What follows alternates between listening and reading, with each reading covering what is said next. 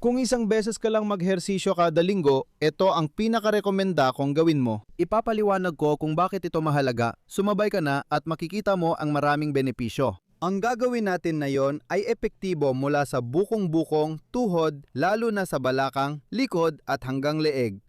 At napakadali lang nito. Tumayo ka lang, ang mga paa ay kasing lapad ng balikat, ilagay ang mga kamay sa puwitan, itulak ang balakang pasulong, iunat ng husto ang ulo paatras at yumuko ka pasulong hanggat kaya mo. Ayos lang, kahit mas nakaangat ka pa. At bumalik ka ulit pataas at mag-oras ka para matiyak na 2 minuto mo itong ginagawa, tapos bumaba ka ulit. At akyat ka ulit, iunat mo ulit ang katawan mo.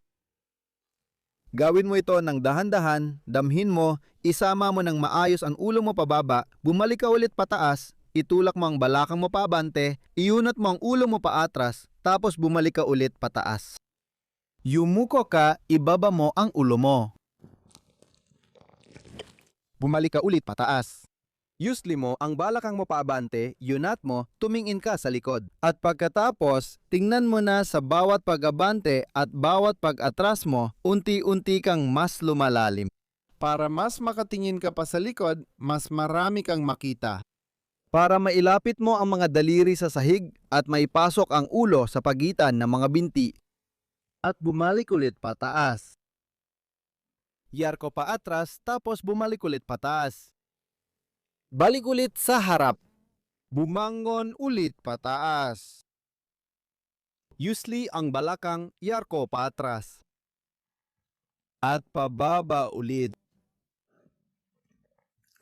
At subukan mong hanapin ang bilis na kaya mong kontrolin ng maayos. At sa bawat dulo ng galaw, dagdagan mo pa ng kaunti bawat beses. Lumalim ka pa ng kaunti sa paginat.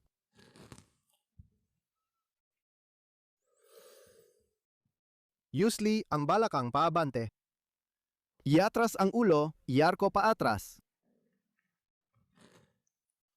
Yumuko pababa. Hangat maari, ilapit ang sarili sa sahig, hayaan mong yumuko pababa ang ulo. Bumalik ulit sa taas. Sa huli, pwedeng bahagyang baluktutin ang mga binti. Bumalik ulit sa harap. Malapit na tayong matapos. At bumalik ulit sa taas, bumalik ka. Diyan na dapat matapos ang usapan. Iyan na yon. Mag-iwan ng komento kung nagustuhan mo ang ehersisyo at kung gusto mo pang gumawa ng iba pa. Mayroong gabay para sa buong katawan. Pakiclick na lang ang unang link sa komento sa ilalim ng video. Doon mo pwedeng i-download ang libreng gabay na ito. Makakadawa ka pa ng kaunti, makakakuha ka ng impormasyon at maengganyo ka pa. Enjoy!